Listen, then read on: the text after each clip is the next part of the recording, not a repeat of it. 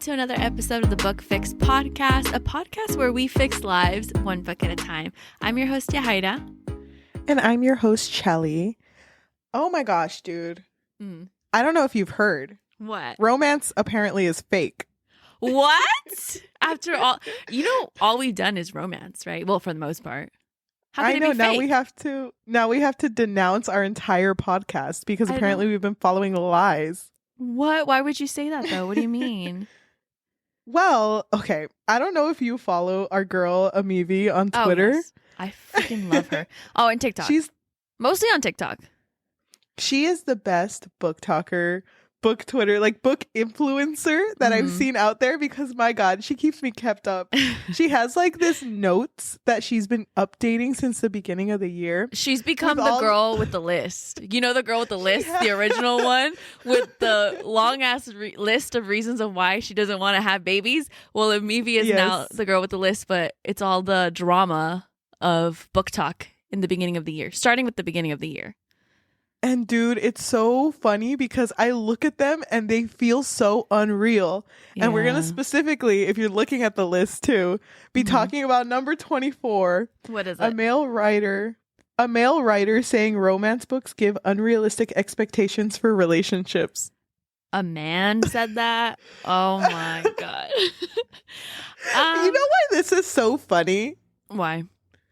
It's funny because I think about how it's like I guess, I don't know how to say this, like a stereotype, I guess. When there's male authors writing women, they always make them like fucking it's like the whole nipples pinch thing all over again. Yeah, but it's actually a man who's writing it. Exactly. You know what's funny? I don't know if you ever have these moments where you're reading a book, and it doesn't have to necessarily be romance. It can be any genre.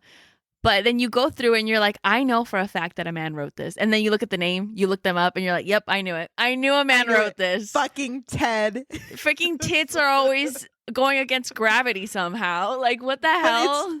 It's funny because when men are writing romance, it's like always said that they write it like too weird, like it doesn't make any sense. And I think about how in romance written by women, and this isn't all romance, but it's always just men doing the bare minimum, literally so being just fucking nice. It's just being nice for the most part, unless it's dark romance. But even dark romance, sometimes it's just like you actually listen to her, you're just kind of a baddie a little bit, but you know what I mean, like it's treating her like a human being. So the fact that this guy's like, that shit unattainable. You want me to listen to her all the time? You want me to just get her flowers for no reason? Oh, hell no. Flowers are expensive. I think, I didn't actually see what he said, but maybe his thought process was the importance of a meet cute. Like maybe that's what he meant. Because I think that a meet cute is kind of like important in romance. I think so anyway. I feel like most of these books that we've talked about have had like interesting meet cutes. Yeah, I would agree. But it's just, I feel like maybe he may have been taken out of context or would have said something and it's like, oh shit. Well, that's not what I meant. But also, I don't trust him. That's, you know what I mean? You're having a lot of faith for this man. I have no faith for this man. I know. I was just trying to. I don't even know who it is. I did see a video of him trying to not backtrack, but kind of like saying, "Oh well, I do enjoy romance. I'm just saying, like, don't put such importance on the these moments that aren't really realistic." And it's like, okay, then I'll just stay single if it's not realistic then. It's fine by me. Yeah. I don't care. It's like, no, guys, you don't get it. We need more nipple pinches. That'll make it realistic. It's like, my God. I literally don't get even this know man an award. I kind of wish that we knew what type of romance he was talking about. Like, is he talking about Pride and Prejudice? Is he talking about The Unhoneymooners? Is he talking about, what was that one called? 50 Shades of Grey? Like, what kind of romance are you talking about here? Because, it's a lot of variations. Yeah. But you know what? I know our girl, Amivi. If anything ever happens, she'll update us. She would. She's really doing the Lord's work here. But, not to be too off topic, But on TikTok, if you follow us on The Book Fix, THEBOOKFIX, Yajaira has been talking about this particular book that I've only talked about it like 5 times. That's not weird or anything. It's a whole TikTok. I feel like I've said this so many times, but this is that type of book where I had no expectations for it. And you actually were the one who picked this out for me. Do you remember? We went to Walmart, we were shopping, and I saw it, and you were like, oh, I think that's a sapphic romance. It wasn't. It's okay, though. It wasn't, but, you know, Yajaira wasn't disappointed because she's over here. I was at the beginning. I was like, this isn't sapphic. Wait, where are the women in this? I know. Why is there a man? I'm just kidding. But I know that you really like this book. I'm not going to, you don't have to hide it. It's fine. No, dude. I know you really like this book. I do. And I love that for you because I've been waiting to talk about this because I just want to hear you talk about it. I think this is really going to be a Yajaira-centric episode. Aww. Wow, finally I'm having my moment. No, but it's funny because... you always have your moment. Oh my God, thank you so much. I love you. I was really nervous because even when I first read this book, like the very, very first time I read it and I was super into it, I kept thinking to myself, I just feel like Cheli isn't going to like this. Because you know how when I read these Hollow Vows, I immediately recommended it to you? Yes. And this was after that. So I was like, yeah, I'm not going to... This is going to stay in the archives. I'm not going to show her this one. Can I say, I know that you give 5s to books, but something about you getting excited for a book makes me excited. Because if you're just like, oh my God, I like feel like I get giddy. So like the fact that you felt that for this book, and dude, those TikToks that you made about this book, I feel like I was spoiled for a bit because I would keep rewatching your TikToks because they're so cute, dude. I love that you're excited for this. Thank you. Don't make it weird though. No. Never. Don't make it weird. I love you. I take it back. I love you, but do I though? Tune in next time. Where I confirm or deny. But today we are going to be talking about King of Battle and Blood by Scarlett St. Clair. And I'm going to start this off by giving a summary. The summary is going to be a bit longer than usual just because I want to get at least the bulk out of the way, like the important parts of the story, I guess. But if you are into like arranged marriages, vampires, what else? Hate sex, then definitely go read this. But here is the summary, okay? So Adrian Alexander Vasiliev is the leader of Rebecca, which is the vampire kingdom, and he's attempting to claim all 9 kingdoms of Cordova. But before he can claim Laura, the king of Laura, Henry, offers him to have a meeting where they can come to an agreement so the people of Laura won't all succumb to him. But at the meeting, Adrian sees Henry's daughter, Isolde, not the first time, but, you know, the second time. Anyway, and he decides, I'll let your kingdom live if I can marry your daughter. King Henry is ready to deny him, to do anything to get his daughter away from him, but Isolde would do anything for her people, and she decides to just marry Adrian for everyone else's sake. But everyone in her kingdom keeps hinting at her, hey, maybe you should, I don't know, off him, you know, because you're going to be so close to him. And it isn't that she doesn't try, but she's also unexpectedly drawn to the vampire. And yeah, that's my summary. Dude, oh my gosh. I'm here for this fucking conversation. Can I be honest? I never, ever thought we would talk about this story. I'm going to be honest. When I suggested this story, it was only because we wanted to do arranged marriages this month. And I was like, I mean, we don't have to or anything, but I mean, King of Battle and Blood is an arranged marriage. So if you want to talk about it, I'm totally down. Do you feel weird talking about it? Like, do you feel out of your elements? Or are you? No, like I'm excited. I'm ready to talk about this book.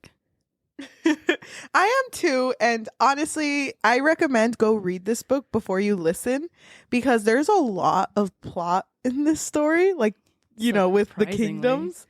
Yeah. So I don't think we're going to do much talking about the plot. I'm ready to talk about the plot, girl. I'm ready. I'm not going to talk about politics. Oh, no. Ew, gross. I'm just kidding. I'm sorry.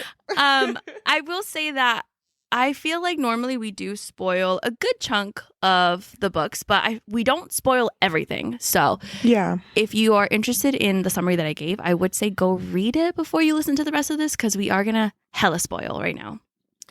Yeah, and I think we should start off with guessing how the other felt about this book. Because Yajaira and I, we never tell each other how we feel, but, you know, Yajaira does tell the entirety of TikTok. You were supposed to ignore my TikToks, and you didn't. You know, anytime you post, I'll watch it. I support you. Aww. And you, like, immediately like... I know. Dude, it's kind of awkward because sometimes I like it off of our BookFix account, and it makes us seem like we're liking our own posts. Remember, people, there's two of us, okay? There's two. And sometimes, I don't know if you're the same, sometimes I want to comment, but I'm like, this is our account. I feel like commenting too, and then just putting like my initials at the bottom or something, just my name. I know, but little people dash. are going to be like, what is this? It is what it is. Yajaira loves this book. It is so special to her. And you know what? You've given 5s before. And the thing is, I know you love this book, but I don't know if it compares to the other 5s that you've given. Yeah. You know what I mean? I know what you mean. I know it has a special place in your heart. I think if we had just read it off of the podcast, you would have been like 5.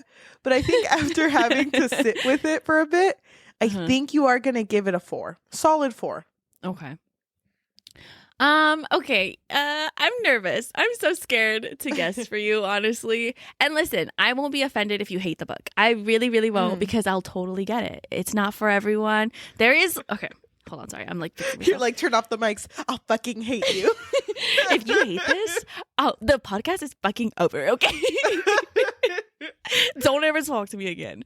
No. I feel like this book is very, very smut heavy. Like, my God, there is so much smut. And I feel like you're not really into smut heavier books, except like Den of Vipers. The best Dragon's book ever Bride, written. The Bible. Yeah. So, but surprisingly, even though it has a lot of smut, it does have a lot of plot as well. And I don't know if you love the story. I'm just gonna guess that you'd probably give it like somewhere between 2.9, maybe. You could say 3. It's not embarrassing to middle ground. No, I was gonna say 2.5. I was gonna say around 2.5 to 2.9, but I'm not sure. It has to be between that, though. Nothing else. Or damn, dude. I'm just kidding. No, or we shock everyone and you give it a 5. Or you shock me and only me and give it a 5. I don't think so, though. But yeah, that's my guess. Well, just to let you know, I've been reading this book for the past 3 days, and I have, at first I started slow, and then yesterday I read a good chunk of it, and then today I finished it up. It's weird consuming things, because you know how when I read, I usually read it all in one day. Like, I bulk read it. Yeah. It's weird spacing things out, because I'm at work thinking like, damn, they really had sex like that, didn't they? Yeah, honestly, the smut was so fucking wild, but damn, it really hit. I didn't expect it to be the way it was. I didn't expect the sex to be so fucking out there. So it kind of threw me off. But I think we should start by talking about our characters, and we should start with our girl. Yes, so our main character is Isolde, and she is the princess of the kingdom of Lara. And it's clear that she really cares so much for her people, but also at the same time, she doesn't care to be perceived as the perfect example of a princess.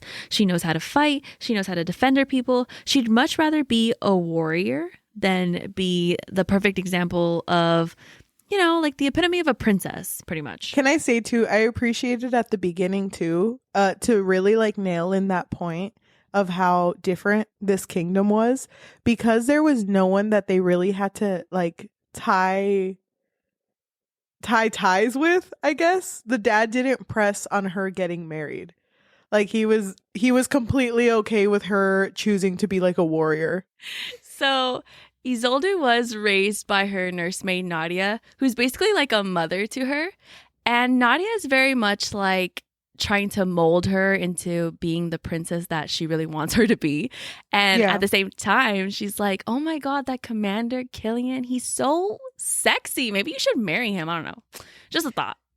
Dude, fucking Killian threw me off so fucking much. Really? I didn't know there was going to be another. I guess he's not really a love interest, but I didn't know there was going to be another prospect, I guess. Yeah, so when but the story started with him, I was like, who the fuck Killian? Like, Killian? I don't know who the fuck this is. You know what's so funny though? But I appreciate that Isolde is, like, she says, I like sex. Like, don't think too much about it. You know, like, she doesn't want to be with him. So I like that she's very much an independent person who's comfortable with her sexuality. And she's so fucking real because even when she marries Adrian, her people, it's Nadia and I think the king too, is like, hey, you're going to be alone with him. You have to try killing him. Here's this even dagger. Killian tells her, love you, babe. Here's this dagger. And it's funny because she comes back and there's a point where she's in front of Nadia and she's naked and you can see like the bruises on her chest and everything, like all the hickeys. Because, you know, they had rough sex. Yeah. It was the night of their wedding. So they were already married. Yeah. And Nadia was like, oh my God, do you favor him? Did you even try killing him? And it's like, bitch, I stabbed him. I stabbed him and it didn't Look at my blade, Nadia. Look at it. There's blood is on here. Okay, he didn't even fucking What flinch. was I supposed to do next? Leave? No, I stayed and I had fun. I mean, he was kind of sexy. I'm sorry, girl. Yeah, it was. But I'm not sorry about it. I stabbed him and he healed himself. And I was like, whoa. Yeah, so he's different from, you know, the other vampires. He's a lot stronger. Yes. But going back just a little bit, because I want us to focus on Isolde's character. So when Adrian meets with King Henry and he reveals that he'll leave Laura alone so long as he's able to marry Isolde, she immediately says yes, despite, you know, her hatred for the vampire. Because I don't know if you remember, but this story isn't her point of view. So near the beginning, she was like, I can't even speak his name, you know, because she just hates him so much because he's destroying the 9 houses of Cordova. And it just shows that she would do anything for her people, her dad, like all of her loved ones. So through the story, she struggles with trying her best not to fall in love with Adrian, but it's really difficult when he actually treats her like a person because he listens to her, unlike, you know, the people from Laura who just, you know, they just kind of like shut her out. And especially her dad, like, even though her dad loves her, he always like doesn't want to involve her in like the politics because, you know, she's a lady. And her transition into becoming Princess of Laura and the Queen of Rebecca was also a struggle because it's like she feels like she's betraying her home, Laura, because she's enjoying being beside Adrian. She's enjoying it, but the story gets so frustrating because it goes back and forth between her being comfortable and then realizing like, oh shit, wait, he's destroying everyone I love. So then she pushes him away. But of course, eventually she realizes that she is happier with Adrian by her side. And also just to keep in mind, her dad, and, you know, like you said, everyone, her dad tasked her. He like gave her a task to find King Adrian's weakness. So. Yeah. So overall, what would you say you feel about our main female protagonist? How do you feel about Isolde? I fucking loved her from the very beginning because there's a moment in the beginning, right when she meets Adrian. I don't know if you remember, she's like, she cannot be bound. Like she goes outside the kingdom and Killian's like, wait, you can't leave. Your dad said you have to stay here because obviously, you know, King Adrian is in the vicinity. He's nearby. And so they don't want her to leave her safe haven. And she's like, I don't give a fuck. I love being outside. Like she just wants to be on her own. And so she manages to evade Killian. She goes on her own and then she stumbles on this monster because there's a lot of monsters in this world too besides the vampires. And one of the monsters is kind of like a zombie thing. And she fights it. Like, she does not care. She fights it. She'll fight anything. And I just love how, I don't know, like, she's so strong. Don't get me wrong. She has a lot of flaws. And she does piss me off a lot because she's so, like, she flip-flops a lot between, you know, her love for her family and then her love for Adrian. So it's annoying. But overall, I really loved her character. I don't know if it has much development. I mean, I guess it does kind of develop, but it's very, very late in the book. Like it's maybe 100, like 50, 100 pages till the end. Like, because if I remember correctly, it's not until like near the end when she's finally like, you know what? I'm not gonna feel guilty for my love for Adrian. And it's like, bitch, it's like 400 pages later. Okay, but I do love her. Even when that moment with Soren when she stabs him, oh my god, I was like, oh, fucking queen. Dude, it's funny because even after she got poisoned, spoiler alert, she got poisoned and she woke up, the first thing that they say is like, Soren, watch out, you're gonna get fucking stabbed. It was like right when she woke up, and it's like, oh my god. It's crazy to me because first of all, I fucking love her too. I love how fucking how quick she is to respond to things, because there were moments where she would do things where it was like acting like a queen, like join them for a hunt, join them for certain things, and you would hear Adrian's people like snickering, and she'd be like, oh, I'm fucking sorry, was there a joke? Like, I'm sorry. Did I fucking miss something, bitch? Maybe say it louder. And or like when she was expected to do like to fulfill her obligations, like, okay, you have to dance with Adrian, you have to go do this. And she was like, fuck that. Fuck that. Where's Lothian? Whatever his fucking name was. Lothian or something. I don't know. I freaking loved that moment where she was like, let me go find some other loser to dance with. And it was so funny. She wanted to provoke her husband. Exactly. And that guy thought he was gonna fucking die. He was like, please, my queen, please. And she's like, are you gonna deny your queen? And he was like, I mean, I know I shouldn't, but damn, I really want to.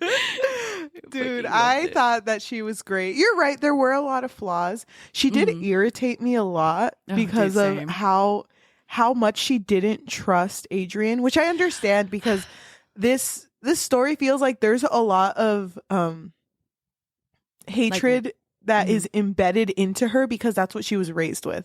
And I tried to keep an open mind because even the book was trying to push it, like with Adrian saying like, do you hate me or do you hate what people have told you about me type of situations. And I understand that, but like after seeing how much Adrian did for her and how much his people also cared for her, I thought she would be a little more understanding. But sometimes it just drove me insane how they would be having such a cute moment and she'd be like, nope, leave. She would shut down. Like it would, like they were making love like for the first time, because besides the hate sex, okay, so like they were having a moment like where they were actually looking at each other, and she got so scared that she shut down. She was like, nope, get out, like get out. She was so mean to him sometimes. But dude, I was like, shout out to Adrian, because when that scene happened, he immediately was like, okay, did I hurt you? And she was like, nope. Okay, then I'm leaving. And he laughed like a king. Really back to that book talk drama. Romance is real. maybe my perception of romance has changed, and what about it? I don't give a fuck. Well, why don't we talk about Adrian? Let me go first. Go ahead. There we go. That's all I had to say. Dude, I fucking love Adrian. Period. I do too. Oh, I mean, don't make it weird, but I fucking do too. Oh wait. Oh my god. I just love. Okay, first of all, not even counting like all of the spice in this book, he's so fucking caring, and oh my god, he has such a way with words. Patient with her. He's so patient with her because she's a fireball. Like she'll literally set off, and he's like, okay, like if that's what you want. Or do you remember that moment? Oh my god. Go ahead. I hope it's the same one. No, go. I hope it's the same one. Do you remember that part where he invited her to a meeting between him and his noblesses? Yes. And she realizes that there's like no women, it's just her. And she kind of makes like a side comment. Like she's just like, wow, like no other bitches but me. Like she didn't say that, but like no other bitches but me, I presume. She didn't actually say that, but it would have been so funny. And Adrian's like, it's because everyone's bitchless, babe. I'm sorry. There's no bitches in this kingdom. I was waiting for you, babe. See, I'm loyal till the end. No, so pretty much. No, wait. Wouldn't it be funny if there was like a scene where it was like a second proposal, but like a proposal out of like, you know, love from both of them, and it's just Adrian on one knee, and it's like, yeah, you're my bitch. but can you be my bad bitch? And it's like, babe! Wait. Really, babe? Okay, I'm sorry. Go on. And I love that he doesn't like retaliate against her. He doesn't make her feel bad. He just like tells her that it's duly noted. He's like, I like duly noted, my queen. Like, you know, like that's it. Like It's like he doesn't try to fight her on it. He's just like, yeah, you know, you're right. You have a point. Dude, I fucking love listens. You need to remind me because it's been a while. I love that scene where one of the first times that they're walking, he makes a comment that's like, all the stars in the sky, but he doesn't finish the quote. Oh my god, but she finishes it. Yeah. All the stars in the sky are not as bright as my love for you. Yes. And it was kind of like she was like waiting for it. Mm-hmm. But the fact that she finished it herself, it's like, fucking damn. Like, these bitches are soulmates. Cute.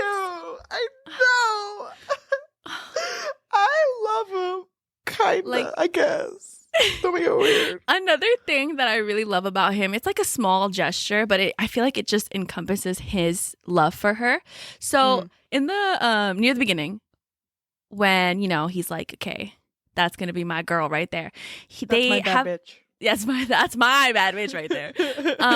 They set up camp, so all the vampires are set up camp like near the kingdom of Laura, and Killian tells Isolde, like, you know what? Your dad tasked me to kill him, and if I kill him, I get to marry you, because Killian and her had a thing. And she's like, bitch, hold up, what? And so she knows that if Killian goes over there and tries to kill Adrian, he's dead. Like, Killian's dead. There's no way he's gonna survive that. And so she goes to his tent. She like sneaks in, and it's super cute. Well, there was a lot of jealousy in this book. I'm surprised you haven't brought it up once. And there was a girl. Keep going. There's a girl on Adrian's bed because they have vassals. You know, there's humans that are there because they need to feed Abby. And she's just like, oh, you already have a mistress, and it's not even the wedding night yet. And he's like, well, babe, it's not like I was going to sleep with her or anything. But I'm getting off track because that's not the part. The part is pretty much, the moment is pretty much, he has a fireplace. And he notices that she's very cautious of it. Like, she just like doesn't even want to get near it. And he asks her, he's like, oh, are you scared of fire? And she's like, yeah, I mean, I've always been scared of fire ever since I was a kid. And I don't know if you noticed, but anytime like he would have to like put fire for her, he would always make it very low because he knew that she was afraid of it. And I just thought that was the cutest thing ever, because I was like, oh my god, he knows.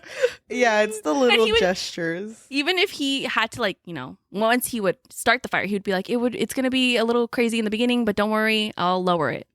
Yep. Eventually. Yeah. Oh my god, dude. What a good guy. What a nice man. What they call that bitch? The Blood King or whatever? Yeah, he can suck my blood. Dude, well, I mean, he had someone for that. What was her name again?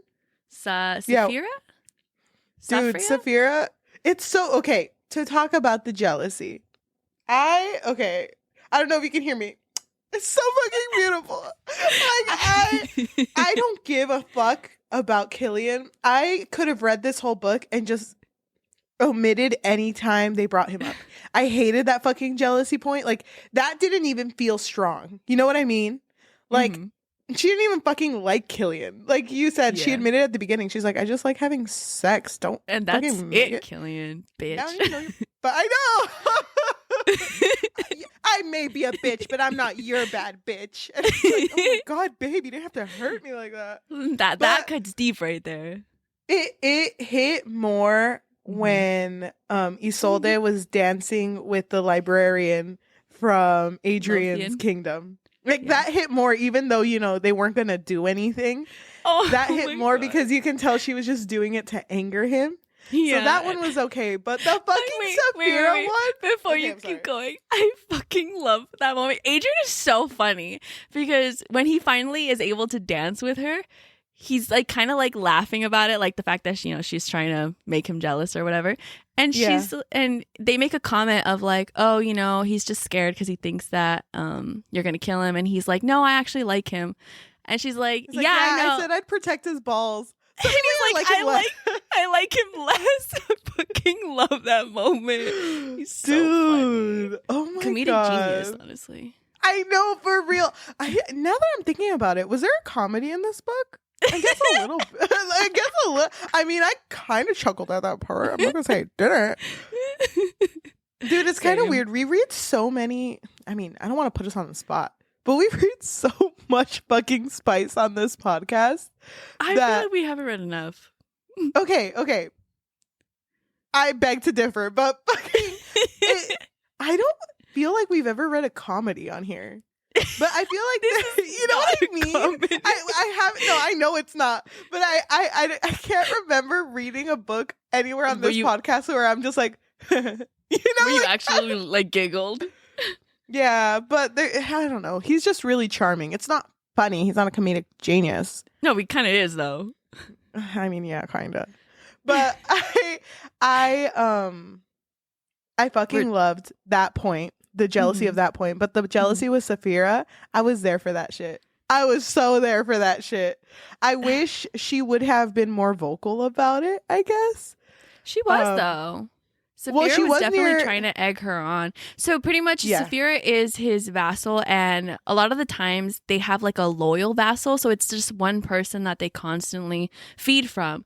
And Isolde caught them one night, and he was feeding from her, and Saphira seemed like she was like on the midst of an orgasm, like she was really enjoying it. And when she like confronts him about it, he's like, well, I mean, it's pleasurable for both parties, like I don't know what to tell you. And she's like upset about it, and he's like, well, I mean, you're free to take her place if you want, babe, like I'm not stopping you. And but he's not gonna force her either. And she's just like, you're never having this blood, okay? This blood, royalty. Never. And it sucks too, because there's a point in the book where Isolde asks for space, and she's like, hey, I need you to not be around me for a bit. And it's funny because as soon as that happens, she's like, why the fuck is he listening to me? Because she wants to be around him. Yeah. She even says like, yeah, I did tell him to leave me alone, but damn, he didn't come to bed last night. I'm kind of scared and nervous and sad. Yeah. So on the third night, she goes to Adrian's room, and she sees Saphira there naked. And it's like in his bed. And she's like, bitch, what the fuck are you doing here? And she basically says that because she can't for all 3 nights. Yeah, and because she can't like fulfill her queen duties, you know, there has to be other people to fulfill it. And by queen duties, you mean the blood part, not the sex part, because they've had sex. Wait, yes to both. Because but they didn't for 3 days, right? Oh yeah, well yeah, you're right. They didn't have sex for 3 days, which I guess is a lot for them. Yeah, it was kind of implied that she was like talking about both. And Isolde leaves and crashes into Adrian and is like, that bitch is in your room and she's telling me that you're being unfaithful? Like, what the fuck, when I specifically asked you not to cheat on me? I know I said I hate you, but I meant it like I hate you. Not like I hate you. And it's like, oh, babe. There's a difference. Should have said that sooner. Oh, I'm so sorry. But I love that. First of all, I love that Isolde isn't scared to stand up for herself, even if it seems like a little bit embarrassing, right? Because it's embarrassing if she really was his mistress. Like, that's embarrassing. But she's not scared to stand up for herself. And the other thing is that I love that Adrian immediately is like, yes, no, there is nothing going on between us. I have never slept with her. Dude, and I love that he immediately takes Isolde to the room and Saphira's in there and she looks fucking shocked. Yeah. And then Adrian's like, okay, well, what were you saying to her? What were you saying to her? He's like, no, it was a misunderstanding. It's like, oh, you're saying my bad bitch is dumb? You're saying my queen is dumb? And it's like, no, I mean, it's just an over exaggeration. It's like, no, because you said we were sleeping together for 3 days. Why don't you spend 3 days at the dungeon? That just seems appropriate. You know? Yeah. I fucking love that, dude. I'm so here for that shit. Yeah. Bruh, that was just so good. So good. Wait, there's another moment. Not with Saphira, though. So when they were kind of fighting, but she was already in the kingdom of Rebecca, so because he's the Blood King, so he is able to decide who can become a vampire or not, right? So a lot of people from the kingdoms that he's conquered will show up and be like, "Oh, my liege, like here's all the reasons why you should turn me into a vampire." And there was this one fucking guy who was like, "Oh, I don't have anything to give you, but I do have this cute 16-year-old daughter who will love to be your concubine, you know, if you need her." And Isolde was there like, "Bitch, excuse me?" And she literally fucking kills him. That part was so good. I was like, damn, kill him again. He just said that. He just said that immediately. He's like, yeah, you know, he had a lot to offer, but that bitch died. So. No, but it wasn't just that. It was the fact that she actually did keep her, but she kept her as like a, you know, like a little maid or whatever she was. A singer? Yes. Like she was sing for her? I don't know. But. Oh my God, dude. You know, we've been ignoring the elephant in the room, dude. We haven't talked about the spice. Bro, wait, it's because we're not even done talking about Adrian yet. Like we don't even I haven't even scratched the surface. Dude, it's funny. We're like, what? We're like 30 fucking minutes in and we're still talking about 20. the two main characters. Well, counting the other one, 30. But oh, you're right. Can I just say something before we talk about the spice? No, totally. Thank you. Thank you so much. So should we talk about the fact that Isolde is a reincarnation of a witch? Yes. So Adrian had a girl that he was in love with a long time ago whose name was 2 centuries Yesenia. ago. 2 centuries ago. Who's counting? 2 centuries young, bitch. So that's literally what I wrote on the page. So when he tells her how old he is, he said 200 years old. I crossed that out and I was like, young. Super young. Don't see a wrinkle on that face, bitch. No, but not anywhere.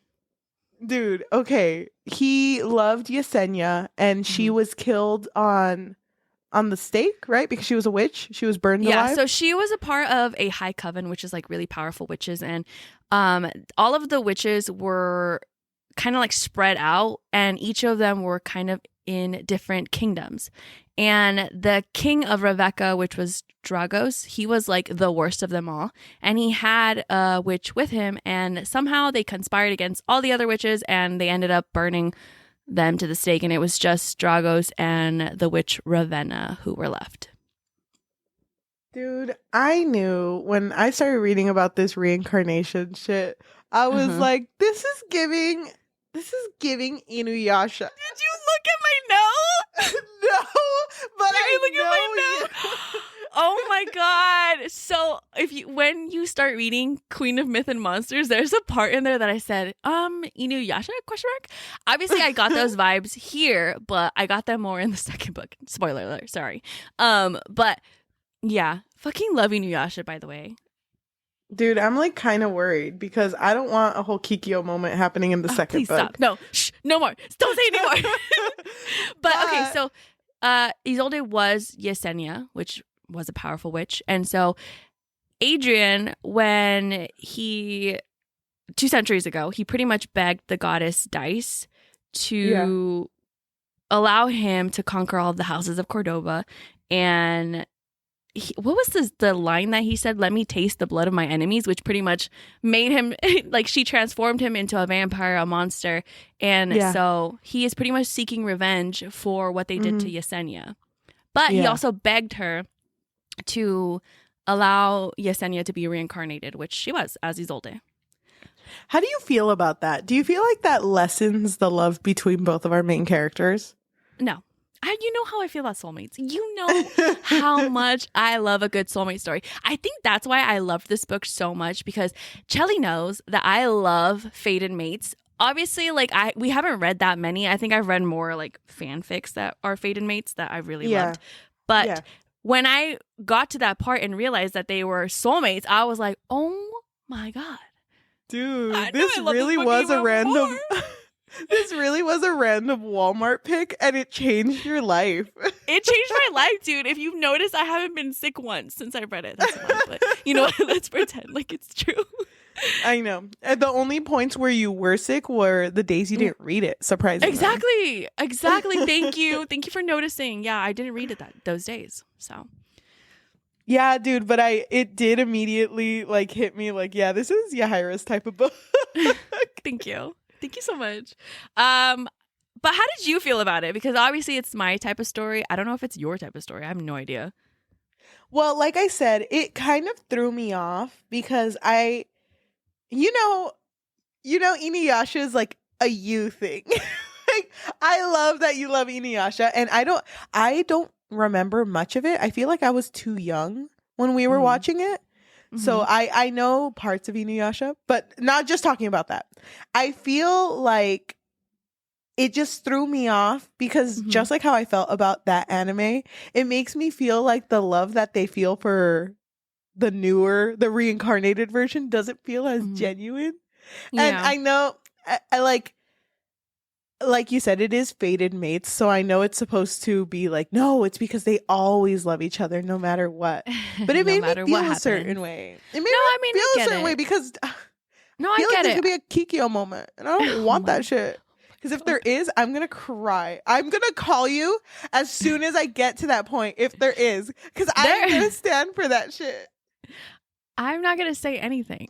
but no, I understand what you mean, though. Because obviously, the romance between them was very quick. I mean, granted, like, she didn't accept her feelings until near the end. But yeah, but for him, it was quick. No, yeah, and I do understand that. And I feel like sometimes in moments like that, it feels less genuine because obviously you loved the past version of her. Do you still love the current version of her? Obviously, she's not exactly the same. She doesn't have magic anymore, which, lame. I'm just kidding. But yeah, I get you though. But I mean, I still did like them together. Even after that reveal, I thought it was really sweet that they got to a point where when they wouldn't see each other for a bit, they'd be like, I missed you, right? I'm like, you could say it. I missed you too. It fucking got to me. I thought that their romance was really cute. Have we still not talked about the spice? What do you want to say about the spice? Go ahead. Dude, it was so fucking good. It was so good. Honestly, one of my favorite spices that we've read. But I will say that it's not as like super detailed. Like it's not overly detailed. No. If that makes sense. It's not too much spice, like as in like the moment while it's happening, but it does happen a lot. So I loved it. Yeah, dude. Oh my God. Dude, wait. Tell me if I read this part wrong because I just read this part. Did they get caught having sex by Killian? Yes! Bro, the first time I read that, I literally closed my book and I was like screaming in my pillow, like, oh my fucking God. Because keep in mind, like, everyone thought that she would try to kill him. So obviously seeing them having sex like this, he's like, what the fuck? I thought you were trying to off this man. Not have sex with him? Wait. Can I shout out a fucking scene that I loved? At the beginning, after they had sex on the wedding night, the next day, because they had sex for a very long time. And like everyone in the kingdom can basically hear them. And so the next day when she was eating with her dad, Killian is like, hey, queen, you should eat. And then it's really quiet and he just throws in, because, you must be tired after yesterday. And it gets really awkward, but she hella has a comeback and is like, no, actually, I got pretty, how did she say it? Basically, like, I had my fill. I'm okay. I've had my fill. And it's like, bitch, I fucking love you. Oh, she is so witty and so quick with her comebacks. I fucking love that. She doesn't let anyone make her feel bad, which I love. Oh my gosh. But no, yeah, Killian catches her. And it's like a whole thing because she's like, I love him, but I don't. But it's like, but I can't want him and love my family. Like so she knows that she has to pick one or the other. Dude, so she takes a moment and she goes to her dad and is like, you can't kill Adrian because dad, look, and it's like 2 teeth mark on her neck. Like the 2 little teeth. It's like, I let him drink from me and now I'm his bad bitch. So it turns out, when they do the bloodletting, so when he is feeding off of her, the curse is that if she were to die, he dies. So their lives are kind of tied together. Yeah, and which means that what the dad set her out to do, which was to find his weakness, she's his weakness. So, and I kind of hated that moment because the dad is obviously like, no, like we have to kill him, like we have to whatever. Yeah. And she's like, Dad, if you do that, then you'll be killing me too. Like after she pinky swore to Adrian that she wouldn't tell anyone, she was like, immediately revealed it to her dad. And I get it, she's trusted her dad, but damn, girl, you didn't even wait a chapter. It sucked too because throughout this story, there were constant things that showed betrayal of her kingdom to her. Like the people of Lara. Yeah, we didn't even bring that up. Yeah, dude, the people of Lara, like as soon as she got married, tried to fucking kill her. And then she was telling Killian, and Killian was like, no, you misunderstood. But it just goes to show, like, the people that she was supposed to hate, they were more accepting of her than her own people. So I feel like her telling her dad was kind of her last, like, okay, I gotta see if, you know, if he believes me, if there's something we can do, if like we could come to a compromise. But immediately after she tells her dad, he basically comes for her, like to kill her, and was like, you know, if you were my daughter and you loved our kingdom, you would have done it for me. You would have killed yourself. You would have killed yourself, that fucking bitch. When I read that, I was like, so fucking, I was so mad. I was so angry for her because obviously, like you said, she kept getting betrayed by the people of her kingdom, but to be betrayed by her own dad was so heartbreaking. That hurt, they really loved each other. Like even in the very beginning, you could tell, like, yeah, he was a little harsh on her, strict with her, whatever, but it was because he wanted her to be safe. And so when that happened, it really tore me up. I was really sad for her. No, yeah, it tore me up too. She pretty much had to kill him because, you know, she had to pick between her dad or Adrian, and she picked Adrian. Yeah. But there was a scene around this time where Adrian, Isolde, and there was like other people eating at a dinner, and she got poisoned. And it was basically... Yeah, it was basically revealed at the end that someone had known. It was like someone had known a fact that they weren't supposed to. So one of Adrian's main four like is a traitor. People. Yeah. And it sucks because so the witch Ravenna, which was the one who, you know, pretty much was responsible for the deaths of the High Coven 200 years ago. She's kind of like back and she's like fucking shit up for everyone. And she also knows that Isolde is his weakness. And how would she have known? Someone had to have told her. And so that's how they also know that there is, you know, someone who betrayed them. They didn't say who it was, right? No, they haven't said it. Okay, because if it's Soren, I think that was the person's name, I'm gonna fucking scream. I fucking love Soren. All of his moments are so funny. Like, I love him as a friend for Isolde. And I also did love the connections that Isolde was making with the people of Rebecca. So Soren, and then Anna, which was Adrian's cousin. And there was like other people too as well, but those were like the main ones. Dude, yeah. I fucking love him. And if he is the traitor, I'm gone. I'm leaving. Close the book. Done. Yeah. But well, is there anything else? I like how we had to get out all of that energy we had for the book, and we're just like, bro, I'm like, I'm spent. Oh my god, that was a workout, dude. I can't believe, by the way, that her people had the audacity to be like, oh my god, you're having a loving, healthy relationship and there's no wars in our fucking kingdom, but you can't kill him. How dare you, like, you dumb bitch. And everyone's over here like, wow, she really chose to marry him. And it's like, it was either him or war. What do you want me to do, bitch? I fucking hate how the whole kingdom is gaslighting her. It's like, they forget that she did this for them. Like, she did it to save everyone. And then everyone's like, no, you whore, you picked the blood king and now you're gonna have to die. And it's like, what the fuck is wrong with you? She's over here like enjoying her married life, and they're like, I can't believe you would sleep with that bitch. It's like, bitch, what do you want me to do? You want me to be miserable my whole life and try stabbing him and then watch him regenerate every single time? Like, what am I supposed to do? Because she did try killing him the first night. She tried it twice. Yeah. The first night, right? And what was the second time? I don't remember the second time, but I remember her bringing it up like, bitch, I tried twice. You can't tell me I didn't try. And after that, I was like, you know what? I'm satisfied. I could say I tried it. It's like, bitch, I tried killing him so many times. My blade is dull. Like, what am I supposed to do?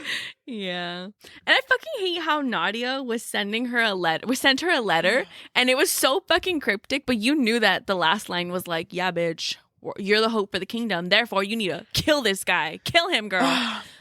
Dude, and I'm so disappointed in we already mentioned it, but I'm so disappointed in her dad because even when they first married off Adrian and Isolde, he had said to her, "You are the hope for the kingdom." And it could have been like you could have taken it in any way, but I took it in like the sense of, you know, you're strong, you're gonna overcome this, you're gonna be fine. This, but then he says the same thing after like figuring out that she could be killed and everything could end. And it's like, no, you're the hope for the kingdom. And it's like, bitch, as shut in the like fuck off up. yourself. Yes. Oh my god. That's so fucking stupid. I hated that part. I hope that in the second book, it's just Isolde and Adrian just loving and fucking each other. That's all I want. Right. Yeah. Oh, anyway. Why do you have to say it like that? Was there anything else you wanted to bring up? I wanted to ask you, did you have any dislikes? I think my only dislike was the fact that I understand that it's supposed to be like a hate to love on Isolde's side. Yeah, only but on Isolde's I was side. but I was so fucking done with how often she would like just, no, I'm not thinking that, bitch. I would never think that. And it's like, bitch, we can read your thoughts too. Okay? Like, I know you be thinking Oh, that. yeah. Like, you know? We didn't even say that. Adrian can read her thoughts, but only when they're like really strong. Yeah, but I wish that she would have been more honest with herself. It would have made this so much easier on her. Yeah.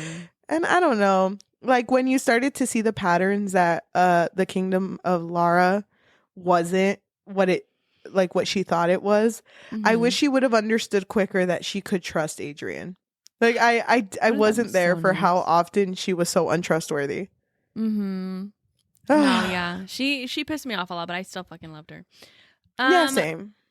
Mine has more to do with something that was never brought up again, and it kind of annoyed me a little bit.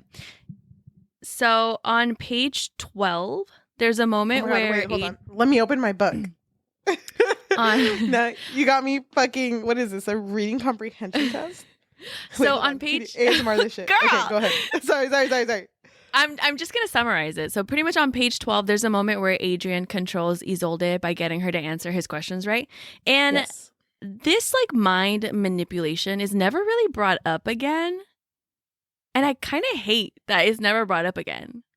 Like, I never really saw it again. I mean, maybe it happened, but I missed it. But I don't think it happened again, question mark? Yeah, no, you're right. It did only get brought up once. I totally forgot about that, actually. Exactly. I was like, wait, hold on. Why is this why is this not happening more often? Wait, I have another question. You know when that scene happened and she was like, oh my God, there's so much desire in my body. He did something to me. Was she only feeling desire because they were fated mates? I think so. Okay, I was just wondering. I was wondering if she did, I don't know, get cursed. That was pretty much my only dislike for this one, besides the moments where Isolde would irritate me a little bit, but... And Killian, fuck him. Oh, yeah, and Killian. I fucking hated Killian. I'm surprised he survived. He's still standing. Yeah, me too. I hope he dies in the second one. Sorry. No comment. No fucking comment. I just hope that... I hope that she could tell him off. Because I feel like even in this book, when she would tell him off, he still didn't get the message. Like, he kept going like, what? You're telling me it didn't mean anything? Really? Nothing? Really, and it's like, shut up, bitch. I fucking hated that. Yeah, I feel like Killian... Also, I hated those moments where he was like, that's what you're gonna wear? It's like, bitch, yes! You know what? Make it more revealing, Isolde. Fuck that bitch. Nadia is like clapping. Nadia, cut a square out so that my favorite tit can just pop out.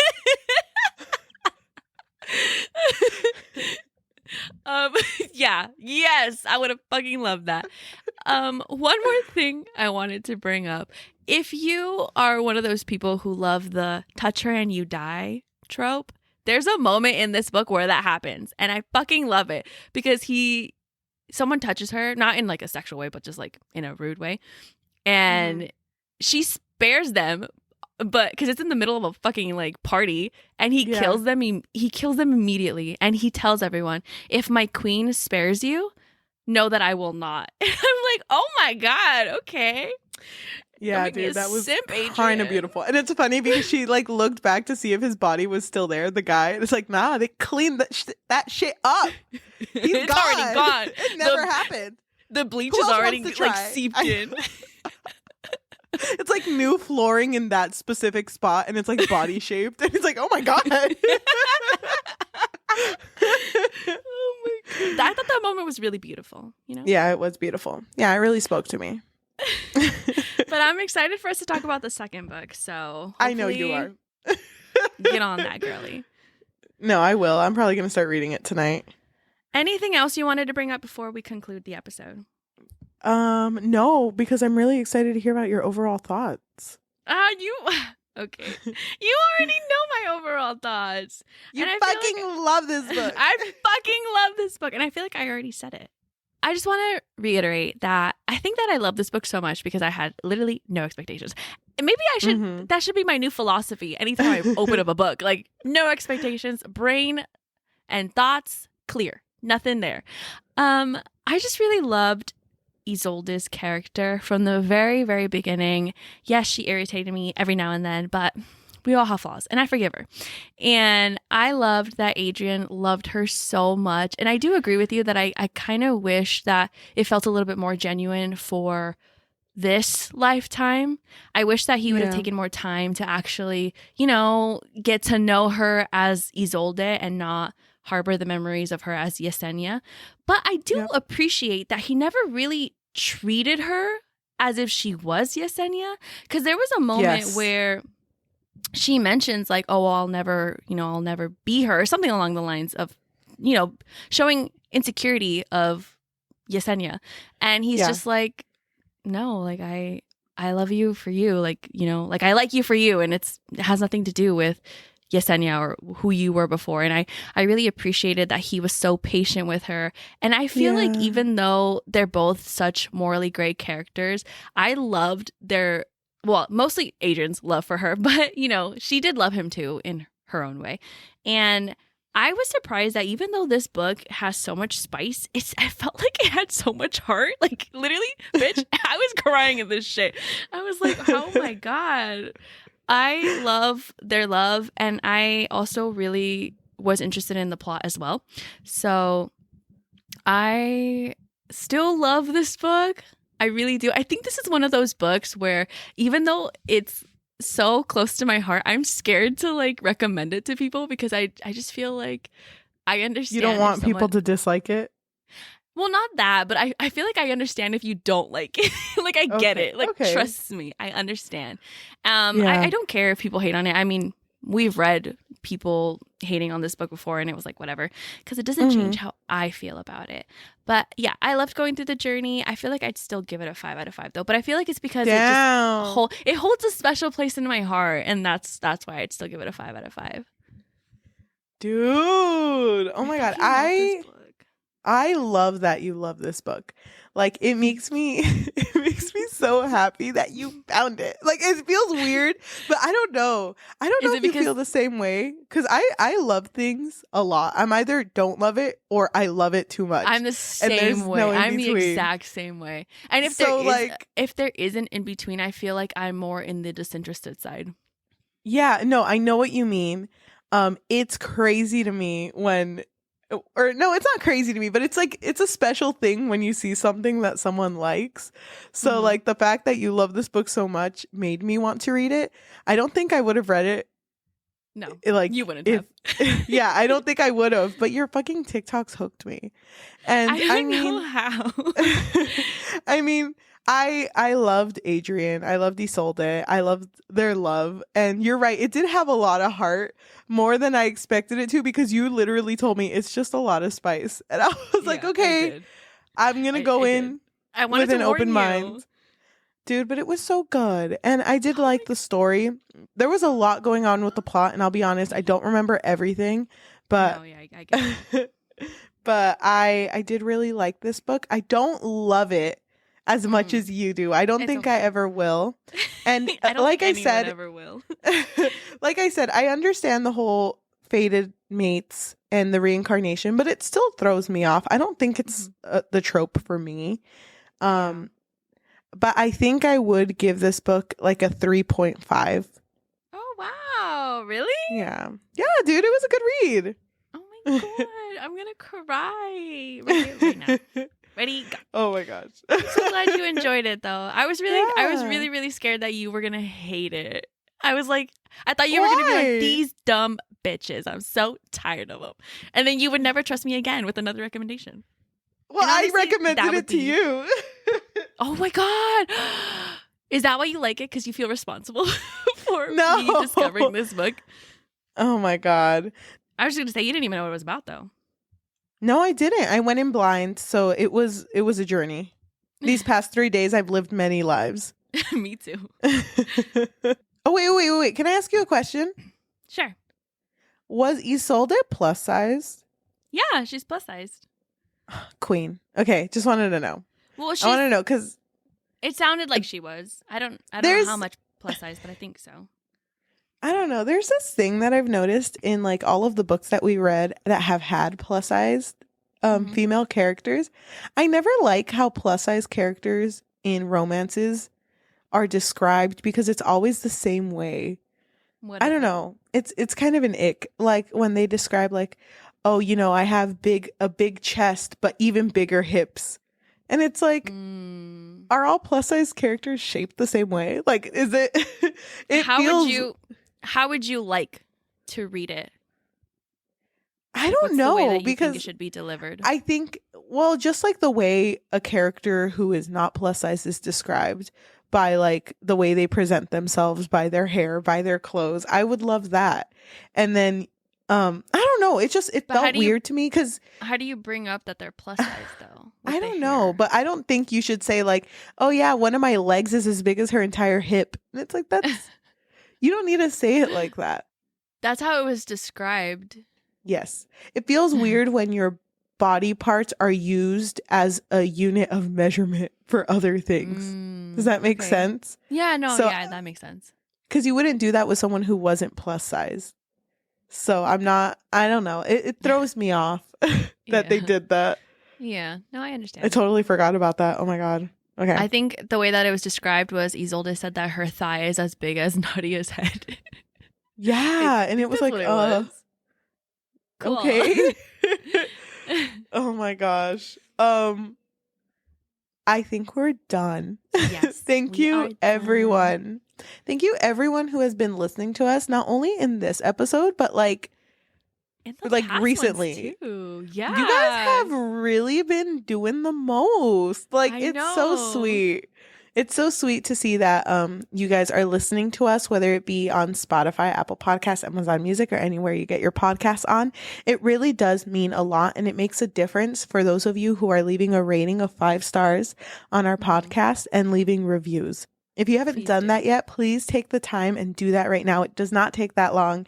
Give us 5 stars. Give us a review. What did you feel about this book? Do you think you'll be reading it? We are interested to know. I know. If you are watching us on YouTube, thank you so much. If you can like, comment, and subscribe, tell us how you felt about this book, and hit that notification bell because it does let you know when we post. We do update twice a week. We post on Tuesdays and Thursdays. We are trying to catch up with YouTube, but if you want to listen to us on podcast form, I feel like that's easier. If you want to tell your friends about us, your enemies, your loved ones, your hated ones, the best type of exposure is through word of mouth. If you want to follow us on social media, we already brought it up, but we do have a TikTok. It is at the Book Fix THEBOOKFIX. We also have an Instagram at the Book Fix Pod, THEBOOKFIXPOD. Thank you. And we also have a Goodreads for the podcast. It's the Book Fix Pod, as well as Instagram. Oh, yeah. So yes, and a story graph, right? Yes, and a story graph as well. Okay.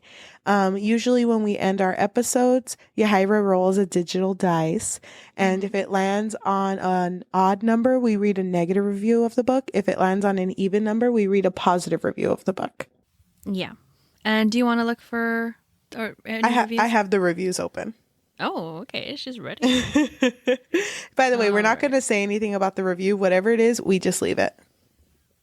Yeah, we don't talk about it. All right. I got a 2. A 2, that's an even, so that's a positive review. By the way, this book has a 3.83. I'm looking at it on Goodreads right now, but I'm going to go ahead and read one of the 5-star reviews. I'm going to try to read a short one. All of these are like essay longs. Read mine. I'm just kidding. Don't read mine. You better not. I don't know. All these 5 stars kind of just sound like you. I actually made all of these accounts myself. And I wrote all these. Thank you. I kind of want to read this one because it had a quote that we didn't even talk about. This is by Alyssa, 5 stars. She wrote, this is a quote from the book. "I do not pray," he said, "but I begged for you." First off, I have been counting down for this release for a while now, and it did not disappoint. For those diehard NA fantasy enemies to lovers trope fiends out there, this will definitely be a gem to have on your bookshelves. Isolde is furthermost single-handle a queen. Goddess, one of my favorite kick-ass take-no-shit heroines to date. I love her wit and charm and the way she brings light into the dark fantasy storyline. Adrian, oh my. He is now in my top 5 book boyfriends, and I have no shame. I don't want to give any spoilers on him because honestly, that's what I loved about this story. The secrecy, the allure of not knowing if he's a bad or a good guy, or both. Shapeshifters, vampires, witches, and a soul-crushing romance? Check, check, check. Scarlett really redeemed herself in my eyes with this one. I wasn't a fan of Touch of Malice, if you read my review on it, and you'll see why. But this wonderful start to a series, it captivated my whole heart. It's been a while since I couldn't put down a book. Can't wait for the next release. Thank you so much for listening, and we'll see you on Thursday. Bye. Oh my God. I feel like a weight just lifted from my shoulders, dude. I've been holding this in. Oh my God. I know you have, dude. You finally let it out. How do you feel? I feel like a new woman. I feel like I can jump really high, touch the ceiling, cartwheels, skydive? Question mark? No, just kidding. That's never gonna be me. Come back on Thursday to listen to our skydiving episode. We're like talking about it in the air. It's just 45 minutes of us screaming. I don't know how long you skydive for, as you can tell. I think it's 45 minutes of free fall. That's a long fucking time to be falling. I would die, dude. Wait, how high do they put you? I think it's like 2 minutes, maybe. Oh, damn. Okay, we'll have to do it, or what, 5? like 45 times? Oh my God, hell no. I would rather die.